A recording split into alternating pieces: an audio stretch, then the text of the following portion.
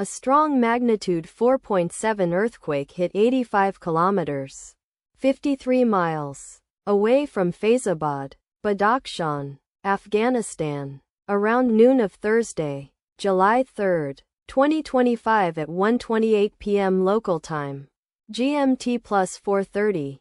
The quake had a moderate depth of 140 kilometers, 87 miles, and was not felt, or at least not reported so. First to report, EMSC after 1 hour and 5 minutes. Data source from Volcano Discovery. Did you feel it? Let us pray. May the earthquake that occurred not affect our brothers and sisters there. May the earthquake not happen again. And may God protect everyone. Amen.